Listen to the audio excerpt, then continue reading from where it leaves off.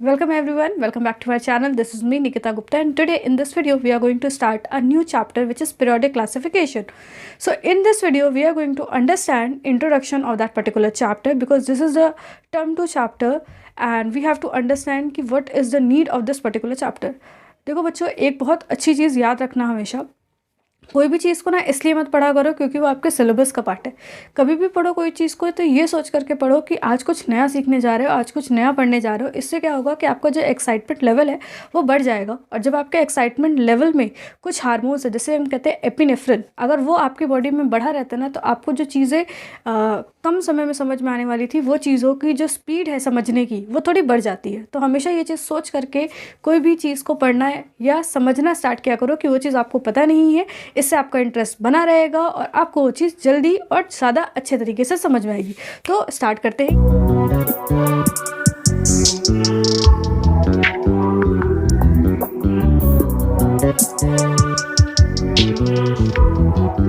ये चैप्टर अगर मैं बात करूं इंट्रोडक्शन की, तो as the name is indicating periodic classification. पर बच्चों, क्वेश्चन ये है कि पीरियोडिक क्लासिफिकेशन की ज़रूरत क्यों पड़ी, क्यों ये चैप्टर आप लोगों के सिलेबस में ऐड किया गया है। तो आप लोग सिंपल सी चीज़ है, जैसे हम लोग इंग्लिश लैंग्वेज की बात करते हैं तो इंग्लिश लैंग्वेज में आपके पास में टोटल 26 अल्फ़ाबेट्स है, ठीक है। तो ये जो 26 अल्फ़ाबेट्स है ये आपको हेल्प करते हैं आपके सारे सेंटेंसेस के फ्रेम में। जैसे मैंने अभी भी सेंटेंस फ्रेम किया, उसी तरीके से आपके अगर हम बात करते हैं केमिस्ट्री को लेकर के, तो केमिस्ट्री में आपके पास में 118 एलिमेंट्स जिनके वजह से ये पूरी यूनिवर्स बनी हुई है, ठीक है। तो ये 118 एलिमेंट्स को अगर आप मेमोराइज करो, सोचो 26 अल्फ़ाबेट्स को समझने में इतना टाइम लगा, तो 118 एलिमेंट्स को समझने और याद करने में कितना टाइम लगेगा। तो उस चीज़ को ईजी करने के लिए कुछ साइंटिस्ट लोगों ने कोशिशें करना स्टार्ट किया टू गेट टू अंडरस्टैंड कि हम किस तरीके से इन एलिमेंट्स को जल्दी और अच्छे तरीके से समझ सके और ज़्यादा इन्फॉर्मेशन इनसे ले सके। तो इसी प्रैक्टिस के हिसाब से हम लोग अपनी स्टडी को स्टार्ट करते हैं। तो moving on the next part. So the first attempt was done by a scientist, उनका नाम था एंटनी लेवोजियर इन 1789। 1789 में इन्होंने सबसे पहली बार इस अटेम्प्ट को किया कि क्यों ना एलिमेंट्स को क्लासिफाई करते हैं उनके फिजिकल प्रॉपर्टी के बेसिस पे। तो उन्होंने सबसे पहले एलिमेंट को क्लासिफाई किया दो ब्रॉड ग्रुप में, मेटल्स एंड नॉन मेटल्स को लेकर के। लेकिन ये अटेम्प्ट बहुत ही ज़्यादा सक्सेसफुल नहीं रहा। अब रीज़न ये हो सकता है कि जो मेटल और नॉन मेटल के फिजिकल कैरेक्टर्स के थे, उनके बेसिस पे कुछ ऐसे भी एलिमेंट्स थे जो कि मेटलॉइड्स के फॉर्म में प्रेजेंट होते हैं, वो मेटल और नॉन मेटल दोनों की सिमिलैरिटी शो कर रहे थे। तो जब दोनों की सिमिलैरिटी आपको एक ही जगह पे देखने को मिलेगी, तो कहीं ना कहीं तो डिस्क्रिमिनेशन आएगा ना कि भाई वो मेटल है कि वो नॉन मेटल है। और मेटलॉइड जैसी चीज़ें एंटोनी भाई साहब ने बताई नहीं थी हम लोगों को। इसलिए इस पर्टिकुलर क्लासिफिकेशन सिस्टम को थोड़ा सा हटा दिया गया, क्योंकि ये हमें स्टडी करने में बहुत ज़्यादा अच्छी इंफॉर्मेशन प्रोवाइड नहीं कर रहे हैं। Okay, so in this part we are going to discuss about the Daubigny triad, which is the second attempt, and name of the scientist is John Wolfgang Daubigny, complete name, and in the year 1817, as you can see 1789 to 1817 लगभग 20 से 30 साल बीत चुके थे, और तब जाकर के डोबेनियर साहब जो कि जर्मन केमिस्ट थे, इन्होंने एक अटेम्प्ट दिया on the basis of physical and chemical properties of the element. उनके हिसाब से कि अगर आप एलिमेंट्स को, ठीक है, अरेंज करते हो उनके increasing order of atomic mass पे, अगर आप एलिमेंट्स को अरेंज करते हो उनके increasing order of atomic mass पे, then the atomic mass of second element, ठीक है, has been found to the equal of the average of atomic mass of first and third element. तो Dobereiner साहब ने अपने हिसाब से कुछ ग्रुपिंग करके रखी थी। मैं उसमें से ही एक एग्जांपल लेकर के आपको समझा रही हूँ। इन्होंने जो पहला ग्रुप बनाया था वो बनाया था लिथियम, सोडियम एंड पोटेशियम पे। जैसे मैंने आपसे कहा कि इन्होंने फिजिकल और केमिकल प्रॉपर्टीज़ का ध्यान रखा था, तो उन्होंने ये देखा कि जो लिथियम, सोडियम एंड पोटेशियम, ये जितने भी एलिमेंट्स है, ये सारे के सारे मेटल्स आपके एल्कली मेटल्स है। ये कौन से मेटल्स है? आपके एल्कली मेटल्स। तो ये इसका एक केमिकल प्रॉपर्टी हो गया। दूसरी चीज़ अगर आप ध्यान देंगे तो इन सभी एलिमेंट्स की अगर हम लोग ऑक्सीजन से रिएक्ट करते हैं, then it is must be going to form the oxide. ये सारे के सारे मेटल ऑक्साइड बना सकते थे। और वैलेंसी के बेसिस पे अगर बात किया जाए तो इन सभी की कंबाइनिंग कैपेसिटी के हिसाब से वैलेंसी इनकी 1 आएगी, जो कि यहाँ पे देखने के हिसाब से। अब ये तो हो गई प्रॉपर्टी इनको क्लब करने की। अब जो बात डोबेनियर कह रहे थे उसके हिसाब से हम लोगों ने इसको ऑलरेडी इंक्रीजिंग ऑर्डर पे रखा हुआ है। लिथियम का सबसे कम है, then sodium and potassium. Now we have to prove कि जो ये बात कह रहे थे कि increasing order of atomic mass के हिसाब से क्या इनका ये चीज़ प्रूव हो रहा है कि नहीं। तो चलिए देख लेते हैं। 6.9 जो कि एटॉमिक मास है लिथियम का, पोटेशियम का है 39.1।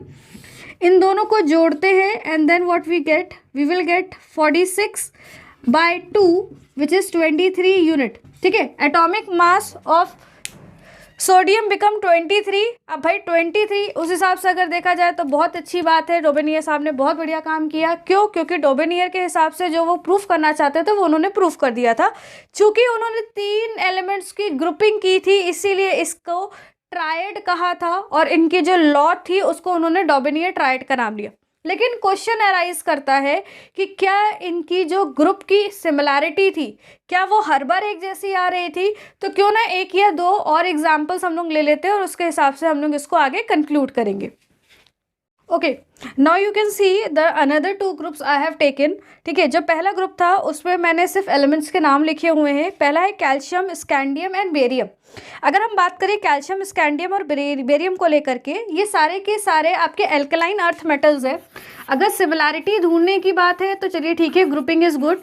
ये सारे के सारे एल्कलाइन अर्थ मेटल्स है और ये सारे के सारे भी इनकी जो वैलेंसी है वो 2 है, दैट इज ऑल्सो फाइन। चलिए ये भी ग्रुप हम लोग एक्सेप्ट कर लेते हैं। अगर हम और की बात करें तो they are also going to form the oxide, ये भी ऑक्साइड बनाते हैं। अगर मैं तीसरे ग्रुप की बात करूँ तो chlorine, bromine and halogen, iodine is there जो कि हैलोजन ग्रुप के नाम से जाना जा रहा है। हैलोजन है, इनकी भी वैलेंसी की अगर हम बात करें तो ये सारे के सारे की वैलेंसी ये है और सारे नॉन मेटल्स का ग्रुप है। तो जो वो बताना चाह रहे थे प्रेडिक्टिव के फॉर्म में, दैट इज़ वेरी अप्रोप्रिएट। वो उनकी चीज़ें ना बहुत बढ़िया चल रही थी, सब कुछ अच्छा लग रहा था देखने में। लेकिन वो जो चीज़ को एक्सप्लेन कर रहे थे, क्योंकि उनकी जो रूल था वो ये था कि when these elements are arrange in increasing order of atomic mass, तो हमने भी यहाँ पे ऑलरेडी इनको इंक्रीजिंग ऑर्डर पे लगा करके रखा है। कैल्शियम का मास 40.1 है, स्कैंडियम 87.6, बेरियम को 137.3। अब देखना ये है कि क्या वो अपनी बात को प्रूफ कर पा रहे हैं कि नहीं कर पा रहे हैं। तो अगर आप 40 और 137 को ऐड करते हो, अगर आप इसको ऐड करते हो तो you are going to get 177.3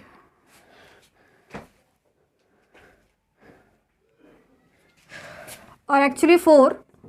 ठीक है, and when you are going to divide by 2, अगर आप उसको 2 से डिवाइड करते हो, एक सेकेंड,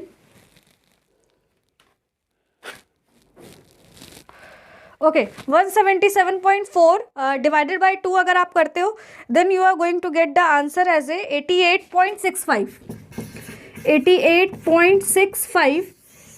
बट आप यहाँ पे देखिए स्कैंडियम का जो आंसर आ रहा है वो कितना आ रहा है 87.6, यानी कहीं ना कहीं जो वेरिएशन है वो आपको देखने को मिल रहा है। आपका जो प्रेडिक्टिव आंसर आना चाहिए वो 88.65, लेकिन स्कैंडियम का जो एटॉमिक मास है वो कितना है 87.5।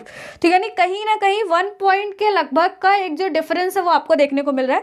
आइए चलिए तीसरे एलिमेंट्स की बात करते हैं, क्लोरीन, ब्रोमीन एंड आयोडीन। अगर आप 35.5 और 127 पॉइंट को ऐड करते हैं then you are going to get 162.5 divided by 2 अगर आप करोगे then you will get 81.25 and here the barium is getting 79.9।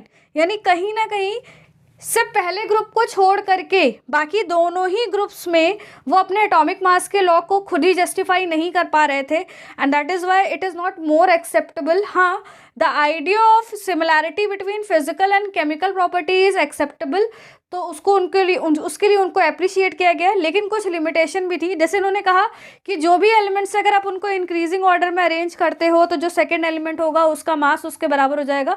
तो अगर हम लोग एक काम करते हैं, ठीक है, बहुत छोटा सा एक क्वेश्चन है मेरा, अगर हम कार्बन और ऑक्सीजन को, ठीक है, कार्बन और ऑक्सीजन इनके एटॉमिक मास का एवरेज ले, कार्बन का एटॉमिक मास कितना है 12, ऑक्सीजन का एटॉमिक मास कितना है 16, अगर हमने इसका एवरेज लिया तो what we are going to get 14 which is the atomic mass of nitrogen. ठीक, तो it is not always equivalent कि अगर आप ऐसे दे करके चलो, आप तो ऐसे भी प्रूफ कर सकते हो अगर इंक्रीजिंग एटॉमिक मास है, क्योंकि यहाँ तो बहुत वेरिएशन आ रहा था, लेकिन उसके बावजूद भी यहाँ पे जो वेरिएशन था ये बहुत ज़्यादा जस्टिफिकेबल नहीं था, इसलिए इस लॉ को उतना ज़्यादा एक्सेप्टेंस नहीं मिला। गाना तो नहीं गा पाऊंगी, लेकिन हाँ म्यूजिक के जो 7 स्वर है क्यों ना उनको ही एक बार प्रैक्टिस कर लूँ, बहुत मन कर रहा है मेरा। सा रे गा मा पा धा नी सा।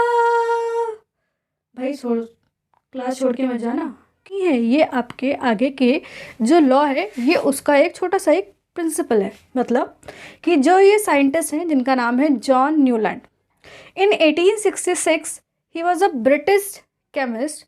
इन्होंने ये सजेस्ट किया कि जिस तरीके से म्यूज़िक में 7 नोट्स होते हैं, क्यों ना 56 एलिमेंट्स जो कि उस समय नोन थे इन 1866, उनको भी कुछ इस तरीके से अरेंज किया जाए टेब्यूलर फॉर्म में कि जो 8वां एलिमेंट होगा, जो 8th एलिमेंट होगा, वो फर्स्ट एलिमेंट के जस्ट नीचे आए, यानी उसकी जो प्रॉपर्टीज़ है वो फर्स्ट वाले एलिमेंट के सिमिलर होगी। एक मैं एग्जांपल लिखकर, as you can see in this particular table mister Newland has arrange 56 element and he has suggested that कि हर 8th element is showing that each 8th element is showing a similarity with the first element। अगर मान लीजिए मैं अपनी counting को lithium से start करती हूँ, सो लिथियम से अगर मैं काउंटिंग स्टार्ट करूँ तो 8th एलिमेंट देखते हैं, तो lithium is the first, second, third, fourth, fifth, sixth, fluorine is 7th, the 8th element is sodium. तो सो यू कैन सी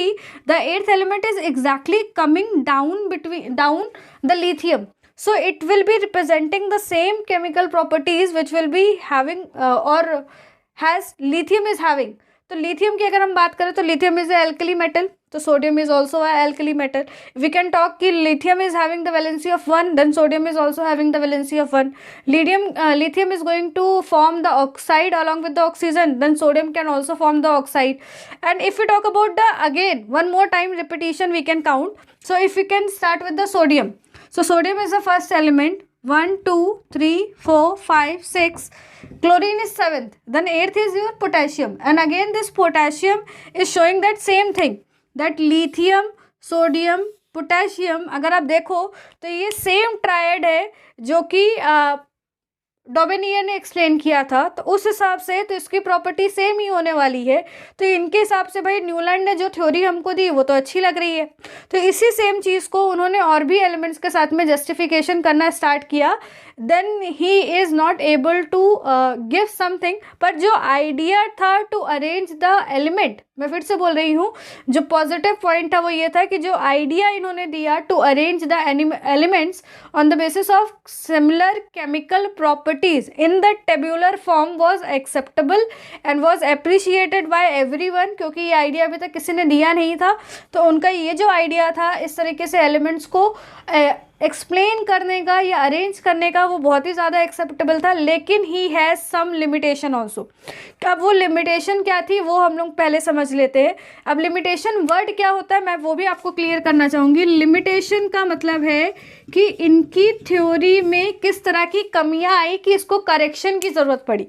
तो हम लोग अब एक एक करके लिमिटेशन स्टडी करेंगे। लिमिटेशन पार्ट अगर हम लोग बात करते हैं लिमिटेशन को लेकर के, so this particular law idea is very good, लेकिन जो लिमिटेशन थी वो कहीं ना कहीं कुछ ज़्यादा हो गई थी। जैसे similarity in the properties in every 8th element hold good up to calcium, यानी कैल्शियम तक के जो एलिमेंट्स थे उनकी केमिकल सिमिलैरिटीज़ को ये टेबल बहुत अच्छे से प्रूव कर पा रही थी। या हम ये बोल दें क्योंकि ये ऑलरेडी डोबेनियर ट्रायड का कहीं ना कहीं हिस्सा बन चुके थे ये लोग, तो इसलिए इनकी सिमिलैरिटीज़ लगभग जस्टिफिकेबल थी, तो उसको वो बहुत अच्छे से एक्सप्लेन या होल्ड कर रही थी। But after calcium it is not acceptable at all, और वो एक्सप्लेन नहीं कर पा रही थी कि वाई क्रोमियम के नीचे यांडियम है और मैग्नीज के नीचे आर्सेनिक क्या कर रहा है। He is not having any answers. Next thing will be there कि law is not applicable for those element which was discovered later. अब जो एलिमेंट उस समय डिस्कवर्ड नहीं, भाई ये तो हमको पता है कि आज की डेट में टोटल 118 एलिमेंट है, 56 एलिमेंट्स के साथ ये टेबल बनाई गई थी। तो he has not having any thought कि अगर कोई एलिमेंट बाद में डिस्कवर होगा तो उसको कहाँ रखा जाएगा, and he is not having any spaces, तो this particular law is not acceptable for those element which was discovered by after the formation of this particular table. तो इसलिए भी ये कहीं ना कहीं लिमिटेशन में आ रहे थे। थर्ड थिंग है, in order to fit his table, अगर अपनी टेबल में फिट की बात की जाए तो उन्होंने कुछ एलिमेंट्स को एक साथ एक ही प्लेस प्रोवाइड की थी। जैसे अगर आप देखो तो कोबाल्ट एंड निकल you can C, and selenium and lanthanum, ये दोनों एलिमेंट्स को उन्होंने एक ही प्लेस प्रोवाइड कर रखी थी, क्योंकि ही is not having even answer कि उन्होंने ऐसा क्यों किया था। बट ऑल्दो जो प्लेस भी प्रोवाइड की थी वो भी बहुत सही नहीं थी, क्योंकि अगर आप देखो तो कोबाल्ट और निकल को फ्लोरीन के नीचे रखा है, नॉन मेटल्स के नीचे, जो कि इनका जो प्रॉपर्टी है वो मेटल जैसा है। तो आयरन से तो बहुत ही दूर हो गए, क्योंकि आयरन 7th में और ये फर्स्ट में रखे गए थे। तो जो सिमिलैरिटीज़ थी मेटल की, उसके बेसिस पे ना रख करके पता नहीं क्यों इन्होंने यहाँ पे रखा। तो उस तरीके से इनकी जो टेबल थी वो बहुत ज़्यादा एक्सेप्टेबल नहीं मान रही थी। मैं वापस से कहूँगी कि his idea was good, but he is not able to express or to explain the chemical similarity among all the element which he has kept in this particular tabular form. So with this I am compiling this video. I think कि आपको ये video मेरा I think कि ये video आपको मेरा अच्छा लगा होगा। अगर अच्छा लगा है तो please do like this particular content and share with your all friends, and if you have any query you can drop write down in chat box and I will try to give reply as soon as possible.